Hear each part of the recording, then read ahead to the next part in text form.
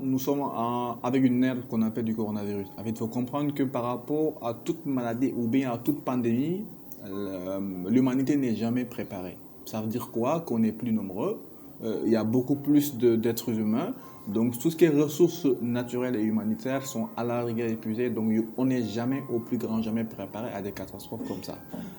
Qui s'était préparé à vivre dans un monde où se serrer la main, c'est mettre vos vies en danger? La pandémie du Covid-19 nous rappelle que nous sommes tous égaux en tant qu'êtres humains. Que l'on soit noir ou blanc, que l'on soit riche ou pauvre, aujourd'hui on est tous confrontés à la même réalité. Et cela nous rappelle aussi que le seul moment qui vaille la peine d'être vécu pleinement, c'est le moment présent. Mais la grande question qui se pose aujourd'hui, c'est comment nous allons vivre dans ce nouveau monde.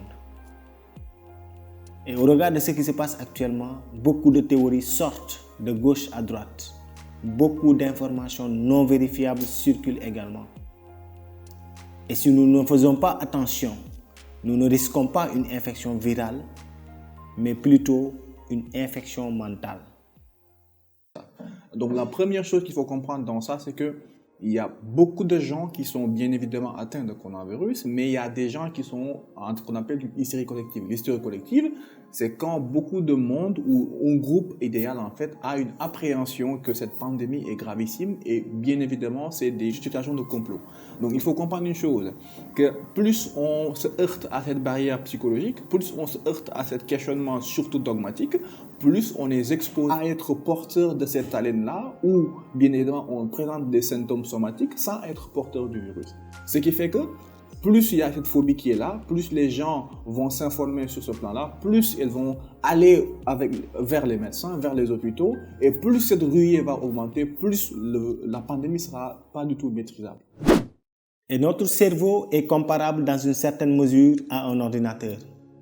Si nous sommes sur Internet, nous rentrons dans des sites n'importe comment, nous téléchargeons des fichiers n'importe comment, le danger pour nous, c'est que nous risquons d'être infectés par des virus ou des programmes malveillants qui vont venir corrompre notre machine pour la faire ramer, la faire planter ou la faire perdre de son plein potentiel.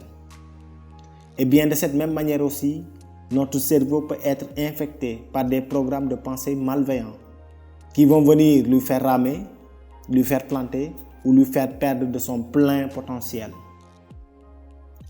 Aujourd'hui, si nous sommes H24 scotchés à l'actualité, le danger, c'est que nous sommes exposés à autant d'informations à la fois. Certaines vérifiables, d'autres non vérifiables. Et nous serons totalement absorbés par les circonstances présentes que nous serons incapables de penser à autre chose que le coronavirus.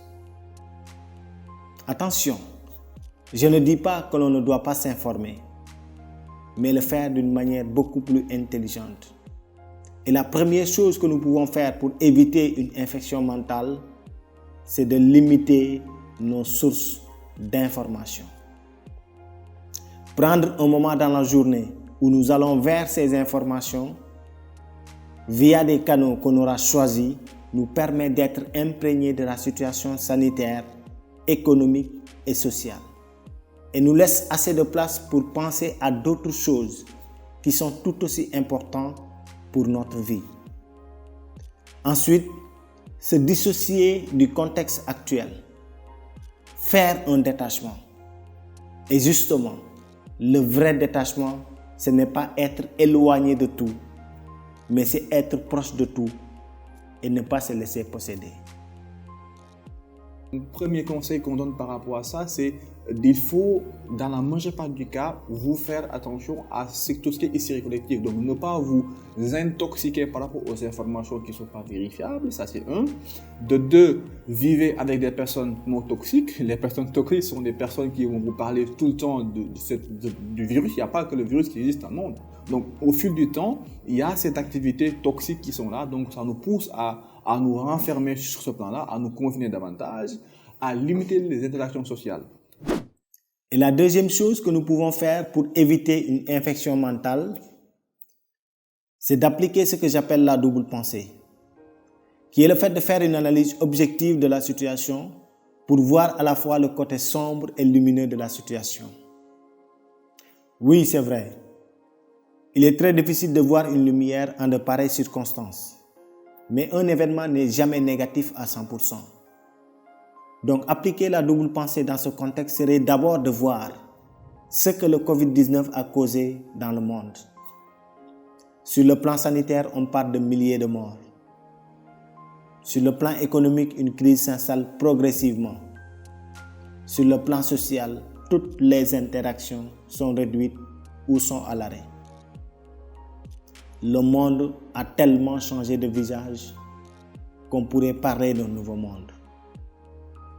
Et jeter un regard sur tout cela nous permet d'être empathiques, d'être solidaires face à tant de souffrances, car nous ne devons pas fermer les yeux sur ce qui se passe.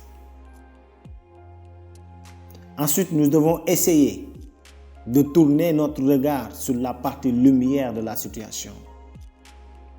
Car dans chaque événement, il y a un avant, un pendant et un après. Avant le Covid-19, comment vivions-nous sur cette terre? Peut-être pas de la bonne manière. Donc, elle peut être une lumière dans le sens où, aujourd'hui, il y a une prise de conscience de toute l'humanité. Beaucoup de personnes se sont tournées vers leurs véritables priorités en prenant conscience de toutes ces petites choses que nous négligeons au quotidien et qui ont une importance capitale dans notre vie. Cette pandémie nous aura appris que dans la vie, rien n'est acquis. Tout peut basculer à n'importe quel moment. Et la meilleure manière de vivre, c'est d'être pleinement dans le moment présent. Elle peut être une lumière dans le sens où elle nous enseigne que l'humanité, c'est avant tout la solidarité. Parce que le monde aujourd'hui a besoin de solidarité pour vaincre le Covid-19.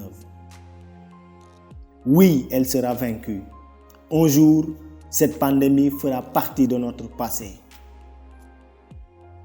Et c'est très difficile en de pareilles circonstances de garder espoir.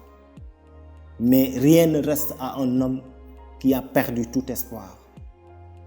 Un jour, nous aurons l'occasion de nous serrer les mains à nouveau. De partager des moments de joie et de bonheur. Mais avant d'en arriver là, nous devons nous poser ces questions primordiales. Dans ces moments difficiles, qui voulons-nous être pour notre famille? Qui voulons-nous être pour notre travail? Qui voulons-nous être pour notre entreprise? Qui voulons-nous être pour notre communauté? Qui voulons-nous être pour notre pays? Est-ce que nous serons ces personnes qui vont se lamenter simplement sur leur sort? Ou est-ce que nous serons ces personnes qui, malgré la difficulté, se tiennent debout, prêtes à affronter cette épreuve avec courage et dignité? Oui, parce qu'il s'agit d'une épreuve de plus pour notre évolution, pas la fin du monde.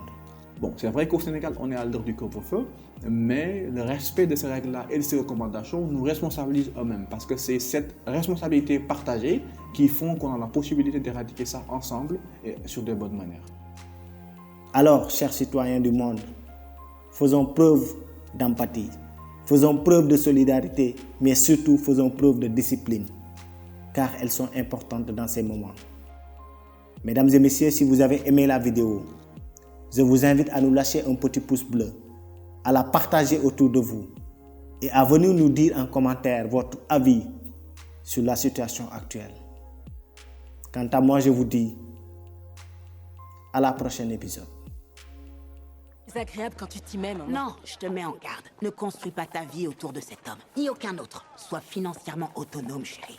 Mais Il n'y a pas de mais.